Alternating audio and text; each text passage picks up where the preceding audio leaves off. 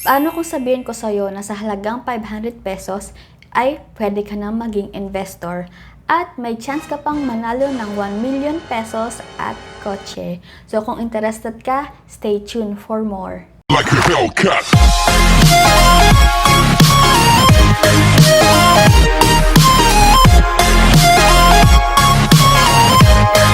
Hello everyone, this is Chara Gates and welcome back to my YouTube channel.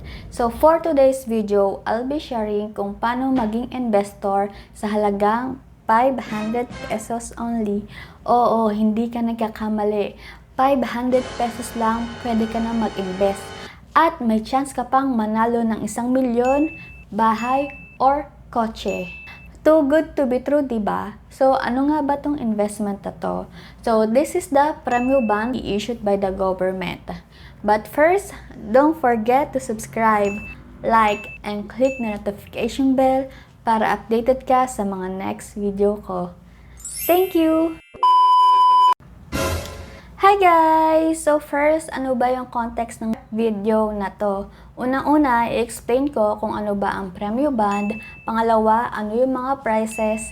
Pangatlo, kung paano mag-avail. Pang-apat, special announcement. At pang-lima, my final thought for the Premyo bond. So, without further ado, let's start. Unang-una, ano ba ang Premyo bond at timeline nito? So, when we say bonds, these are issued by the government kung saan binibili ng investor. So, the main objective of government issuing a bond is to borrow money from the people and use that money as a fund.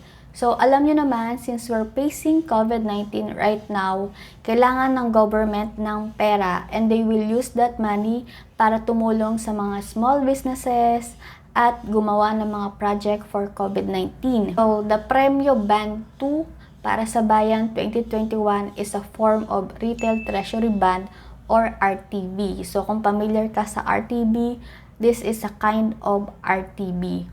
So, the government planning to raise 3 billion pesos from this Premyo bond and the maturity rate for this bond is 1 year. The timeline of this Premyo bond is na-release siya last November 11 at in-offer pa rin nila to until December 11, 2020. So, meron ka pang 1 week, friend, para umorder ng bonds. So, they will issue the bonds that you order this December 16, 2020 at masisettle sa'yo yung pera on the next year, which is December 16, 2021. Next, minimum payment. The minimum payment for this is 500 pesos, which your 500 pesos is equivalent to 1 ERN or electronic raffle number. So, as I mentioned, this Premyo bond, meron silang pa-premyo. The more you buy bands is the more chance of winning. Oh my God! So, kung may gambler ka or mahilig ka tumaya ng loto, I think this is the better way to save your money na nagagawa mo pa rin yung hilig mo. For the maximum payment, there's no maximum payment, but if you are a holder of 20,000 unit bonds or equivalent to 10 million pesos, is hindi ka na eligible para manalo ng prizes. Kasi, ayun nga, mayaman ka na, so probably hindi mo na kailangan ng 1 milyon and bahay, kotse. The government is giving more chances para sa mga maliliit ang bonds na binili. For the interest rate is 1.875%. Pero dahil meron silang pa-premyo, yung 0.625% is gagamitin nila as cash reward. So, 1.875% minus the 0.625 cash reward ratio or CRR, yun yung magiging interest mo, which is 1.25 PA or per annual.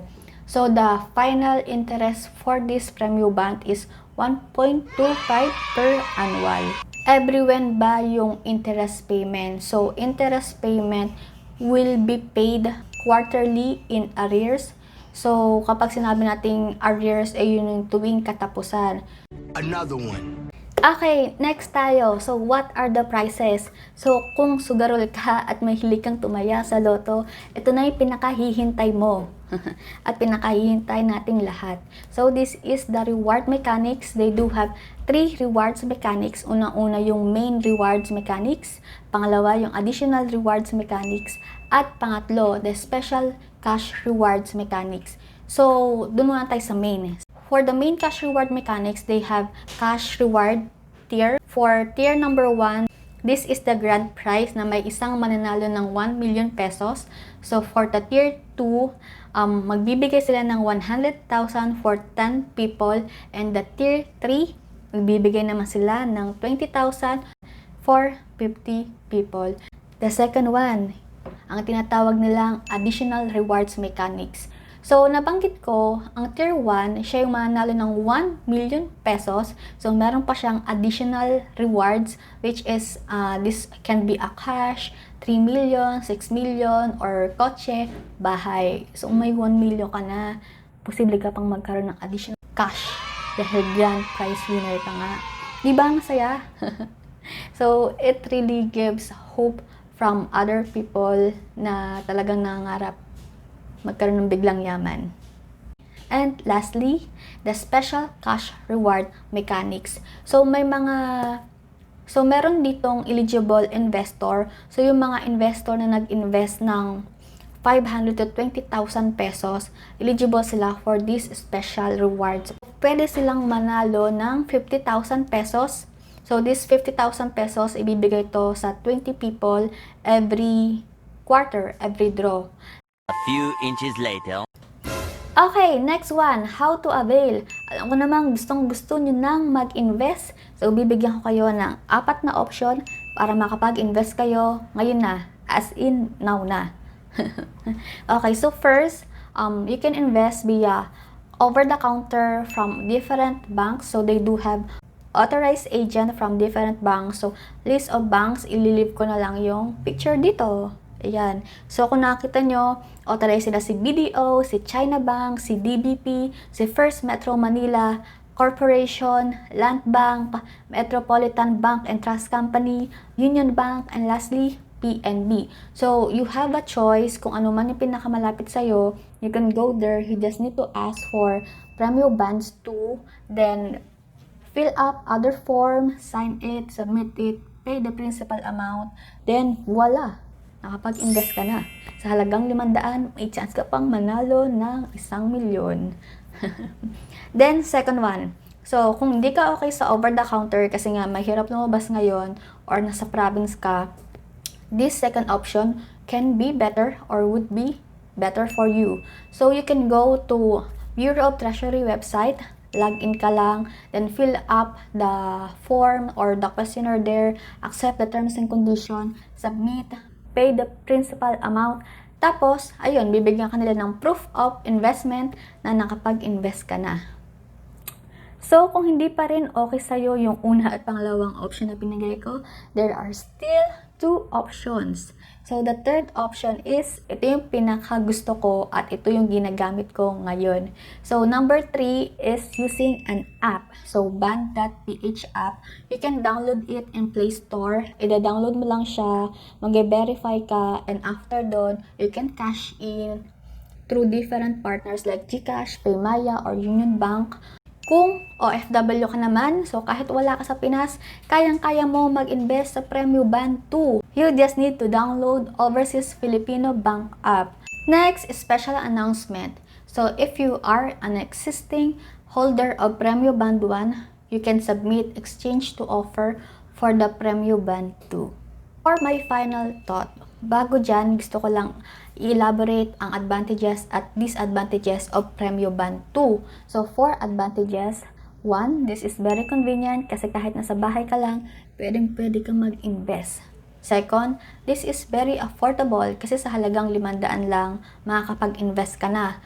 Third, this is a safe and low-risk investment. Kasi kapag nag-invest ka, manalo ka man o matalo, babalik at babalik sa'yo yung kapital na nilabas mo. Next one, this is 1-year maturity only. So, kung kailangan mo man ng pera from the next year, pwede mo siya makuha. The next, this is non-transferable investment. And lastly, quarterly yung payment niya, friend. Okay, so for the disadvantages. So, kung aggressive investor ka, na gusto mo ng malaki ang return, so this is not for you. So, you better invest on bitcoins or stocks. Kasi kapag dun ka nag-invest, talagang abay, panalo yung balik sa'yo. Pero, wala kang kasiguraduhan na babalik sa'yo yung kapital na nilabas mo. So, for my final thoughts, the Premyo band is good for the people na naghahanap lang para isave ang pera nila with something plus na pwede kang manalo ng bahay, kotse, pera. Kasi, compared to time deposit and savings bank, sobrang liit ng interest nila. But for this Premyo band, magkakaroon ka ng 1.25 interest per annual. Kung may natago ka mang pera dyan na pwede mong bawasan at ilagay sa Premyo band, bakit hindi? But, as an investment, I can consider this a small and conservative investment. Bakit? Kasi 1 year lang siya. Tsaka maliit lang yung return sa'yo. Pero yun nga, for sure, may babalik sa'yong kapital with interest. So guys, if you like this video, please give this a thumbs up. And lastly, don't forget to subscribe, like, and click the notification bell para updated ka sa mga next video ko. Thank you!